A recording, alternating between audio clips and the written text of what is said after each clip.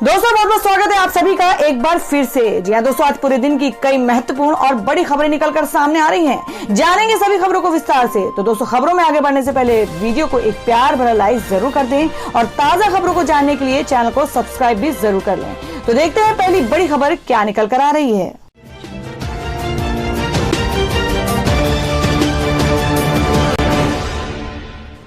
तो दोस्तों, आज की जो पहली बड़ी खबर निकल कर आ रही है, आपको बता दें कि रूस का दावा 2 महीने बाद भारत को भी उपलब्ध करवा सकते हैं कोरोना की वैक्सीन। जी आपको बता दें कि भारत में अब रोजाना कोरोना वायरस के 60,000 से ज्यादा मामले सामने आ रहे हैं, जिससे साफ हो रहा है कि हमारे यहाँ संक्रमण अन्य देशों की तुलना में तेजी से फैल रहा है। वैक्सीन आने तक भारत में लोगों को कोरोना वायरस से राहत नहीं मिलेगी। मंगलवार को रूस के राष्ट्रपति व्लादिमीर पुतिन ने ऐलान किया था कि उनके देश ने कोरोना की वैक्सीन बना ली है और जल्द ही उसे जनता के लिए उपलब्ध करवा दिया जाएगा। अब वैक्सीन की फंडिंग करने वाली संस्था ने भारत के लिए एक राहत भरी खबर दी है। दरअसल रशियन डायरेक्ट इन्वेस्टमेंट फंड नामक संस्था ने रूसी कोरोना वैक्सीन प्रोजेक्ट के लिए फंडिंग की है। संस्था के हेड किरिल दिमित्रिज के मुताबिक भारत समेत 20 देशों ने उनकी वैक्सीन को खरीदने की इच्छा जताई है। वैसे तो रूस सरकार का मकसद पहले अपने देश की जनता को वैक्सीन देना है, लेकिन नवंबर तक वो दूसरे देशों में वैक्सीन की सप्लाई शुरू कर सकते हैं। अगर ऐसा हुआ तो भारत को भी नवंबर में वैक्सीन मिल सकती है।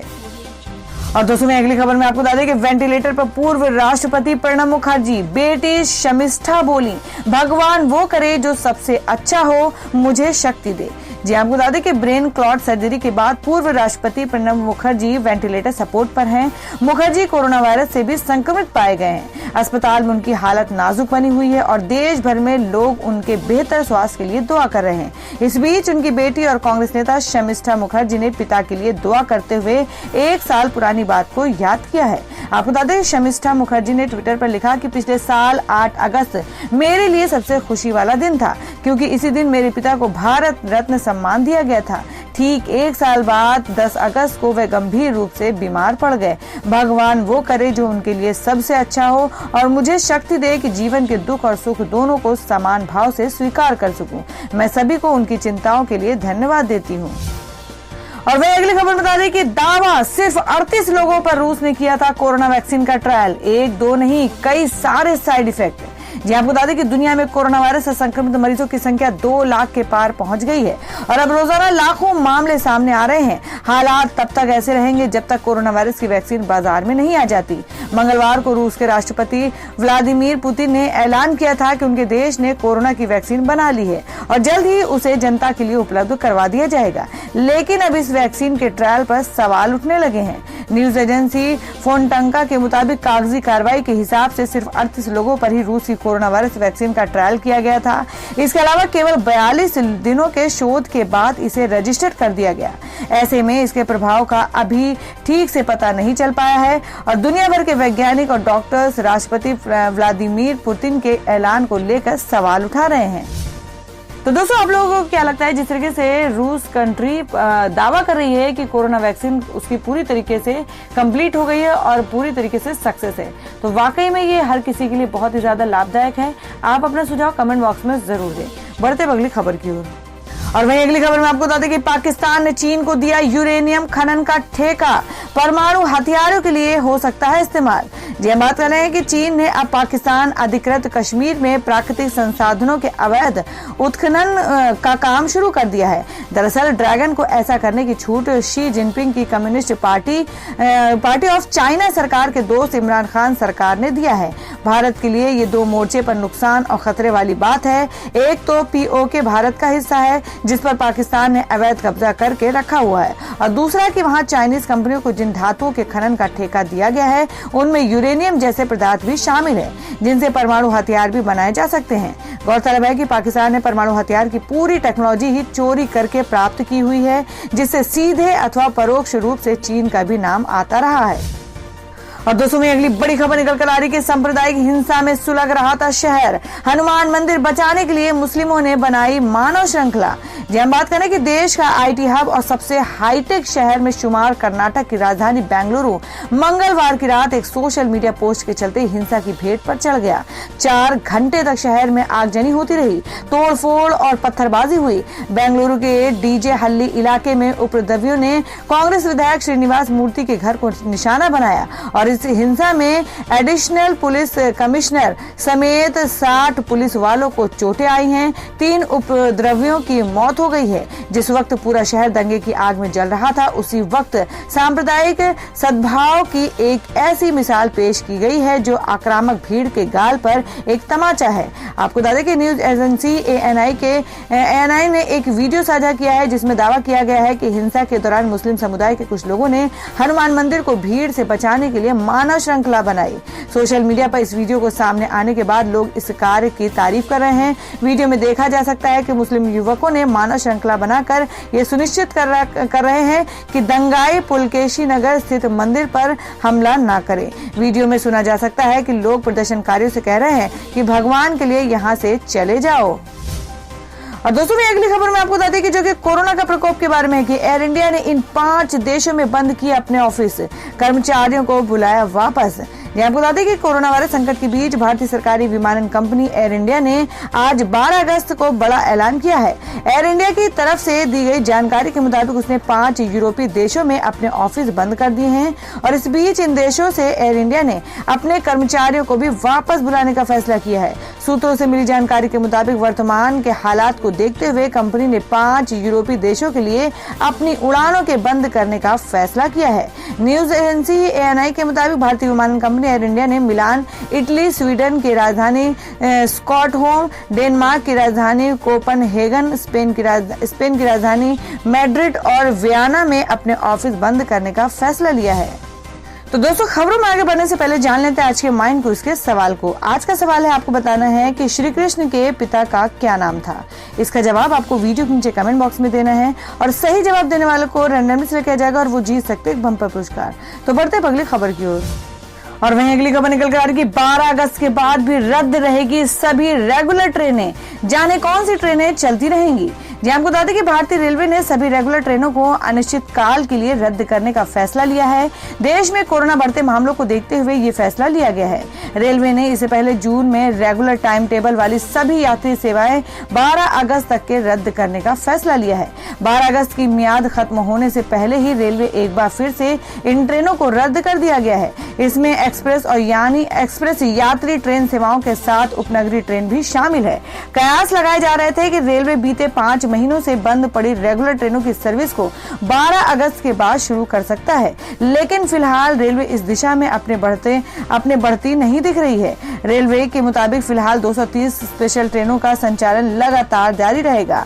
भारतीय रेलवे के मुताबिक रेगुलर ट्रेनों के अलावा लोकल ट्रेन सर्विस भी अगले नोटिस तक रद्द ही रहेंगी और वहीं 230 स्पेशल ट्रेनें चलती रहेंगी। हालांकि मुंबई में लोकल ट्रेनें राज्य सरकारी के दिशा निर्देशों के तहत चलती रहेंगी।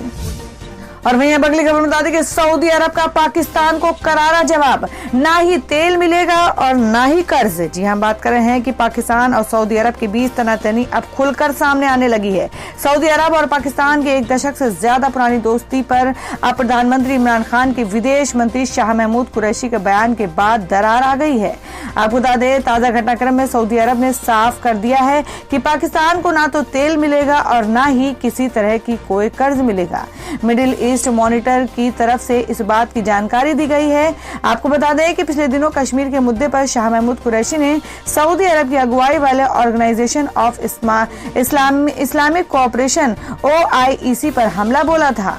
पिछले दिनों पाकिस्तान ने सऊदी अरब का $1 बिलियन का कर्ज वापस किया है और ये कर्ज नवंबर 2018 में सऊदी के साथ हुई इस पैकेज डील का हिस्सा था, जिसके तहत पाकिस्तान को कुल $3 बिलियन का लोन मिला था और $3.2 बिलियन का ऑयल क्रेडिट के तौर पर था। सऊदी अरब के क्राउन प्रिंस मोहम्मद बिन सलमान फरवरी 2019 में पाकिस्तान के दौरे पर गए थे।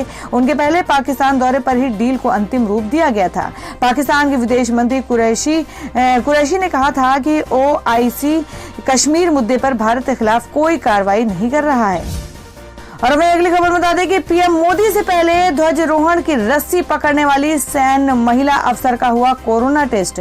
जी आपको बता दें कि भारत में 15 अगस्त कार्यक्रम की तैयारियां शुरू हो चुकी हैं। कोरोना वायरस संकट के बीच देश के इस बार 74वां स्वतंत्रता दिवस मनाने जा रहा है और इस कार्यक्रम में प्रधानमंत्री नरेंद्र मोदी को सुरक्षा को मद्देनजर रखते हुए रक्षा मंत्रालय की तरफ से हर संभव तैयारी की जा रही है और इसी दिशा में अपनी यानी बुधवार को लाल किले की प्राचीर पर ध्वजारोहण की रस्सी को हैंडल करने वाली सैन्य महिला अधिकारी का कोरोना टेस्ट कराया गया है। गौरतलब है कि कोरोना वायरस के बढ़ते प्रकोप के बीच देश स्वतंत्रता दिवस के 74वीं वर्षगांठ मनाने की तैयारी कर रहा है और ऐसे में गृह मंत्रालय की ओर से पहले ही गाइडलाइन जारी की जा चुकी है और अब रक्षा मंत्रालय भी पीएम मोदी के संक्रमण से बचाने के लिए बड़ी पहल की है।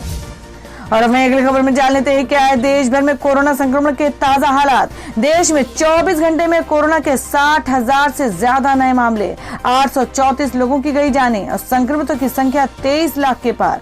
हम बात करें कि देश में कोरोना का कहर थमने का नाम नहीं ले रहा है और इस वायरस से संक्रमित लोगों की संख्या में दिन ब दिन बढ़ोतरी होती जा रही है। देश में इस वायरस से संक्रमितों की संख्या 23,30,000 के पार पहुंच गई है।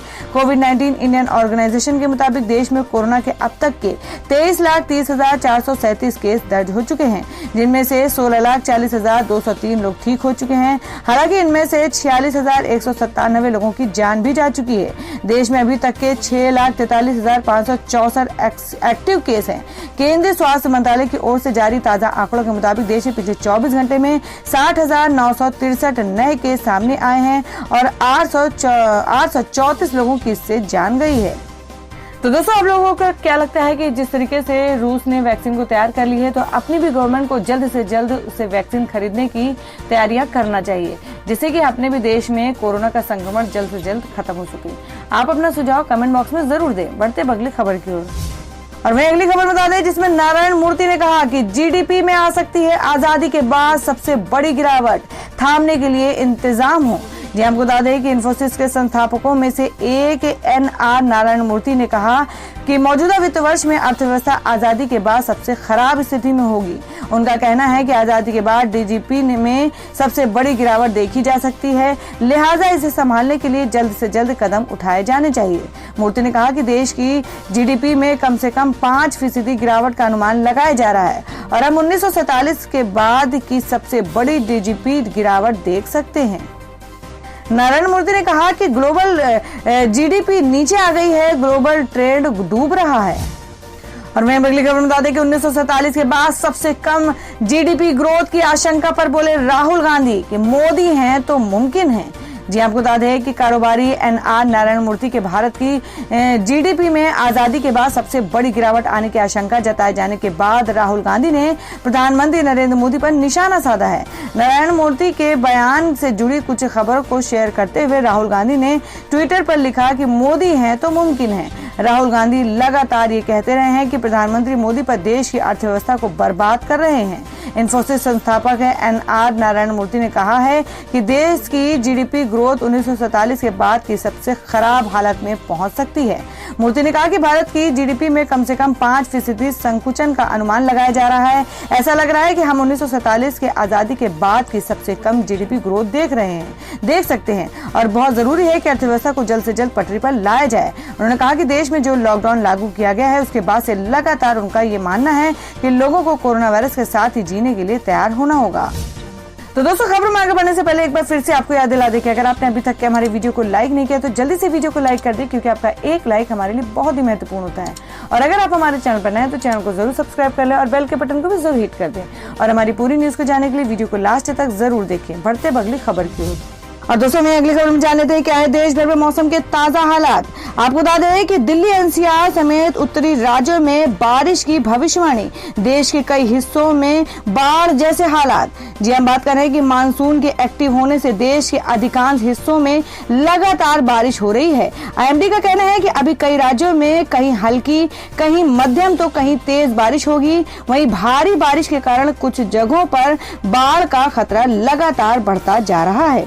जी हम बात कर रहे हैं कि देश में मानसून के एक्टिव मौसम के मिजाज में लगातार बदला हुआ है। अधिकांश हिस्सों में लगातार बारिश हो रही है और वहीं कई जगहों पर बाढ़ जैसे भी हालात बने हुए हैं। आईएमडी ने कहा कि बुधवार तक दिल्ली एनसीआर और उसके आसपास के इलाकों में मध्यम बारिश की संभावना है। दरअसल रविवार को यहां अच्छी बारिश हुई थी, जिसके कारण दिल्ली वासियों को गर्मी से काफी राहत मिली थी और तापमान में भी गिरावट आई थी। आईएमडी का कहना है कि हरियाणा, पश्चिमी उत्तर प्रदेश और दिल्ली एनसीआर में बंगाल की खाड़ी से चलने वाली हवाएं पहुंचेंगी, लिहाजा यहां पहले अच्छी बारिश होने की संभावना है, इसके बाद मध्यम बारिश हो सकती है। तो दोस्तों, ये थी अब तक की सभी बड़ी खबरों की अपडेट्स। टुडे ब्रेकिंग न्यूज और लेटेस्ट खबरों को देखने के लिए हमारे चैनल को सब्सक्राइब जरूर कर लें, वीडियो को लाइक और शेयर भी जरूर कर दें अपने दोस्तों और रिलेटिव्स के साथ। तो दोस्तों, फिर मिलेंगे काम की खबरों और सरकारी योजनाओं की एक और नई वीडियो के साथ। तब तक के लिए धन्यवाद दोस्तों।